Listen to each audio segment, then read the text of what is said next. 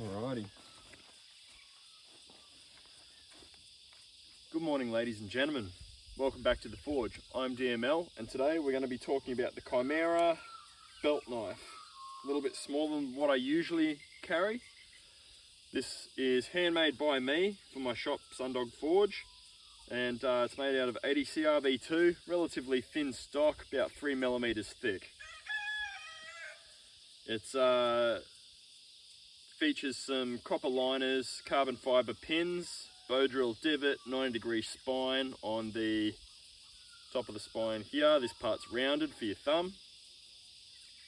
It allows for multiple grips, being typical reverse grip. Very comfortable in all these grips, by the way. Reverse grip. That's probably the only grip that'd be a little uncomfortable. That way and that way is totally fine. Choked up for carving, or choked back with the finger running along there for kitchen work, and you can quite easily grab the blade up here as well for unzipping, and then you can come back here comfortably, or even back here for skinning. I leave the blade textured, forge finish. I don't have to do that, but I prefer that aesthetic, and it protects the steel from rust a little bit, some of that forge scale. The final hold for this is in the finger choil up here to expose this part of the knife at the bottom here. I've smoothed it all off and rounded it all off. The idea is once you've got your skinning started, you can choke up here, and that is a flay, sort of like a flay stick, essentially. So you can pull the hide away and then work it with this, so you don't risk putting your tip through the spine, through the skin or the hide. It's got an amazing distal taper. I'll come up and show you that. So you can see here, it's got a pretty crazy distal taper. It tapers into absolutely nothing. And that makes it really good for kitchen work and the like. But being 80 CRV2, oil quench, spring tempered, makes it strong. So it's really not that much thinner than like a Bark River or something of that ilk. Yeah. So the intention behind this is to be a hunting, camping, utility belt knife. It's kind of a, you know, a versatile package that can do a little bit of everything without being amazing at any one thing really, but because it needs to be tough enough to be able to do batoning and carving and cross batoning, which is what we're going to do today. So, got a piece of wood here. We'll just show you some quick carving curls on this. So, this is some really hard seasoned dead wood that normally likes to just jump off the stick. It's quite difficult to sort of carve on normally, but once you get it started, as you can see here, it's curling without any issues. Go into my chest lever cut, and I can take some pretty big chunks off that as well. Alright, so I can do that. Obviously you're not going to chop with it, but if it's all you've got, you can cross baton. So we'll do a bit of that. Now I'm not going to hit up near the tip, of course, because such a fine tip. It's not a good idea to strike against that. I will if I have to, but if I can avoid it, I will.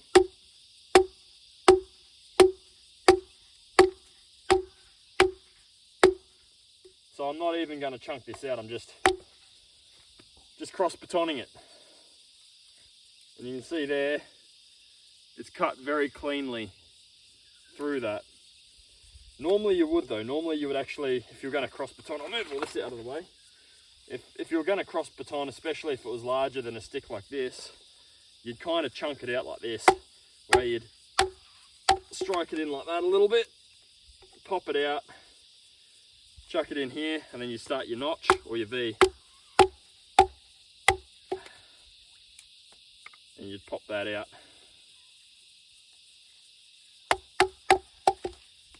See? You just chunk it out like that, and then you come in from the other side, and this'll go clean through. I mean, it went through in one pass anyway, but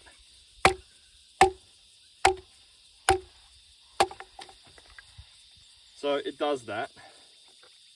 On something larger, like this, you know, it'll do the same job. We'll see if we can find something even larger, and we'll do that. And then we'll do something else. So here we are. This is pretty thick. Let's cross baton this. Test the heat treat of this 80C RV2. Obviously, this is not recommended. If you've got an axe or a saw, you would use that. But I have designed this so it should be able to take this kind of abuse if it needs to. So let's get stuck in there.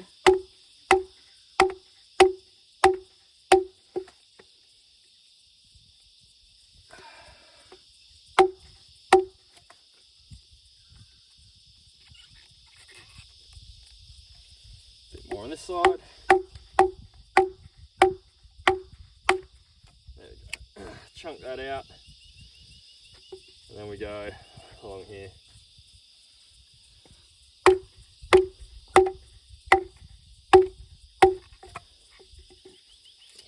Get that bark off there.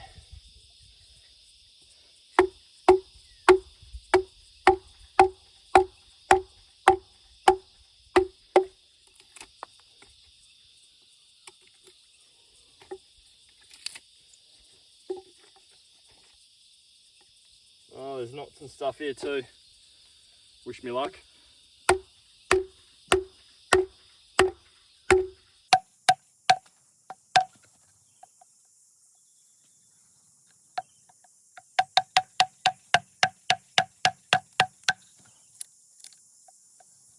Let's speed this bit up.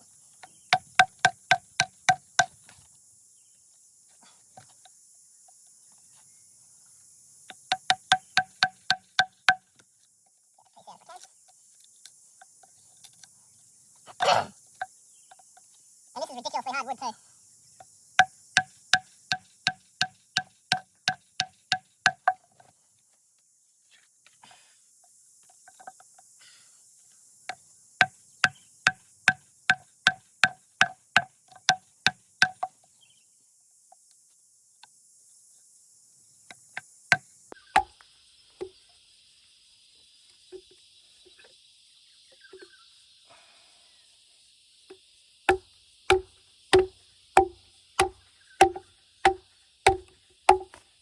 There you go.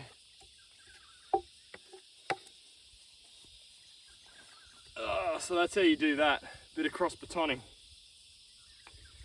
Wouldn't recommend it, but you know, if you have to, it'll do it. And the handle and everything's still solid. So now we're going to split it because we've got to prove that we can do that too. All right.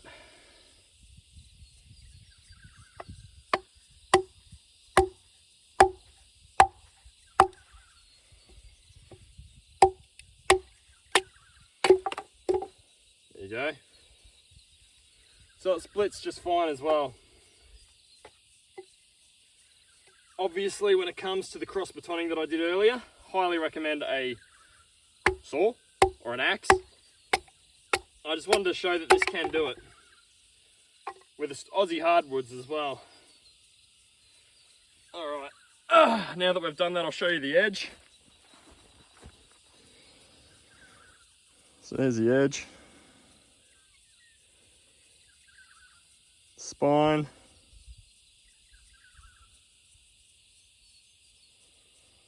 Other side and the handle. So we're totally fine.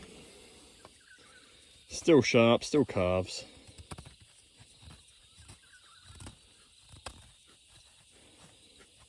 Not even trying really, I'm just trying to keep it in the camera. So you see it does that. 9-degree spine as well. I don't know if you can see that.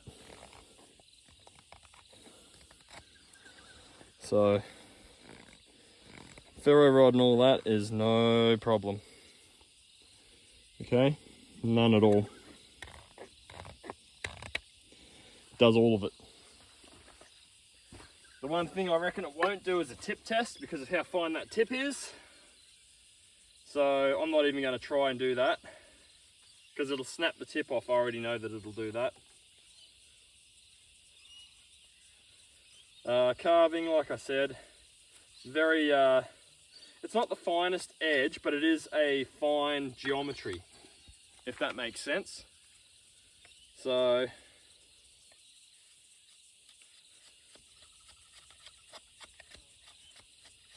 and it just slices and eats through wood without issue. And then of course chest lever.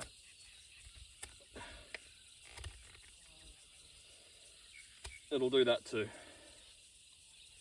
Chopping, obviously, little chops it'll do, but you don't want to be chopping with this. Not really. It's just a lot of effort. For something this size stick, you'd snap that off anyway. But I just thought I'd put this through some abuse for you, show you what it can do. I'm not going to use the bow drill divot, but the way you use it is you go in a reverse grip like this. So the bow drill divot is in the center of your hand and it just spins like that. I just built it in there because I thought it's a pretty good redundancy. If you're right-handed, then it's like that. And you place it like that to do your bow drill divot. I'm left-handed, so I'll put the bow drill divot on the left-hand side so it doesn't interfere as much, and if I need to use it, it's there. But either way, whatever you're comfortable with, right, left-handed, you can use it, all right? The sheath is a leather sheath that I put together myself. It's got a pivot on it. The idea behind that is so it holds the strap out of the way so you can sheath it. It's not the tightest fit, it'll rattle. It's just something I threw together for this. The intention is to get a proper sheath maker to do either Western style leather or Kydex for this bad boy, because it's a G10 handle and ADC RV2 and all that. It's not going to rust as easily as something like 1095 or 1080 or any of those. It's got more chromium in it, a little bit more vanadium, obviously. So I want some Kydex and stuff so you can mount it in all the different positions so you can gain access to it quickly and easily, and I like that option. And it's less you have to worry about, obviously, when you're in the field. Now that I've cross-batoned and all that sort of stuff and showed you what this can do, I'm just going to do a quick sharpness test, shave some arm hair. ADC RV2 is a much superior steel to 5160, and it's right up there if you heat treat it perfectly. It's right up there. It's nearly in the super steel range, allegedly. The results I've gotten, you can see here, for a 3mm thick blade, I've just cross-batoned and split and everything else you're going to need to do. And the edge retention is quite good, so I'll show you that now. Got my arm, there we go.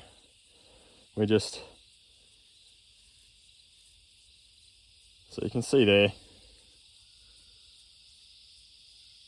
easily still shaves. Very easily still shaves after that.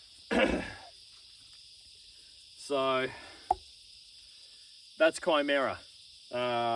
It's designed to be a utility belt knife that can get a little bit of everything done. I make these myself for Sundog Forge. I do plan on getting a manufacturer for them as soon as I can find someone who can work in ADC RV2 steel that wants to make these. That's it, guys. I hope you've enjoyed it. I carry this all the time in conjunction with either a folding saw or my tomahawk, depending on where I'm going, what I'm doing. I don't carry this if I'm carrying a kukri, because I don't need to carry a belt knife when I've got my kukri. So yeah, thanks very much for your continued interest in Sundog Forge and for your attention today. And I'll be back with another video when I can. Thanks, guys.